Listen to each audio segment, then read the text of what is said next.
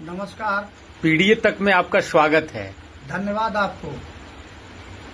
सुबह में मैं एक वीडियो देख रहा था। एक समाजवादी पार्टी का सक्रिय कार्यकर्ता ने वीडियो डाला था।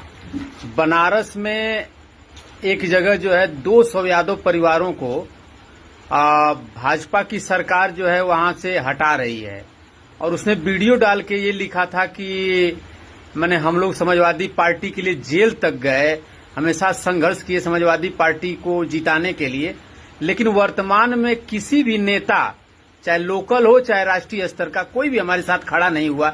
इस पे आप क्या कहेंगे नेताजी? देखिए, बुजुर्ग कहावत कहते थे कि मन मोरे धन और ताकत मऊगन के। ठीक आज उत्तर प्रदेश में यही बातें चरितार्थ हो रही। आप बता दीजिए कि सुप्रीम कोर्ट ने कहा है कि कोई भी व्यक्ति अगर किसी दूसरे के जमीन में मकान बना लिया है और 20 वर्ष तक उस व्यक्ति ने आपत्ति नहीं किया कि मेरी जमीन पर ये मकान खड़ा कर लिया है, तो यह मान लिया जाता है कि उसकी सहमति है, उसने मकान बनाने के लिए जमीन दिया है, वह जमीन जो मकान बनाया है उसकी हो जाती है। 100 वर्ष से ऊपर समय से या 3 पुश्त जिस जमीन पर जिस परिवार का रह रहा है, जो बच्चे पैदा हुए हैं उसी जमीन पे पैदा हुए हैं, न जाने कितनी पीढ़ियां चली गई, लेकिन इसके बावजूद भी आज नगर पालिका जिस तरह से सत्ता के इशारे पर उनका घर उजाड़ रही है और जिस तरह से लोग रो रहे हैं, जिस तरह से लोग गुहार लगा रहे हैं, लेकिन मैं समझता हूं कि सरकार ही हमें अकेले दोषी नहीं है।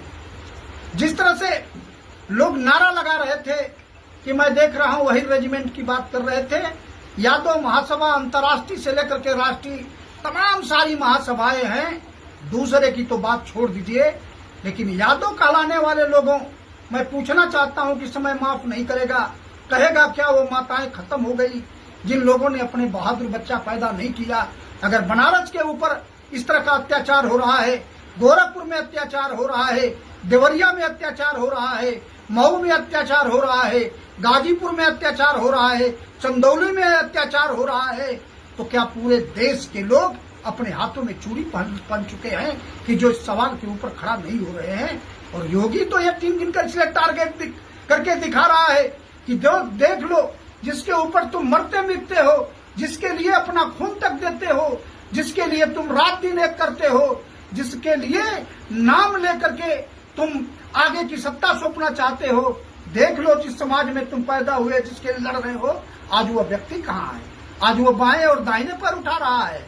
इसलिए मैं कहना चाहूंगा कि जहां तक मेरी आवाज जा रही है, कम से कम इस सवाल को लेकर के हम लोगों को दिल्ली में पूरा यादव महासभा एक बार इकट्ठा होकर के, या जितने भी पिछड़े दलित समाज के लोग हैं, सारे लोगों को इकट्ठा होकर के इस तरह की आवाज देना चाहिए। लखनऊ में एक बार विधानसभा का घेराव करके ये आवाज देनी चाहिए कि अब किसी भी कीमत पर समाज यह बर्दाश्त नहीं करेगा।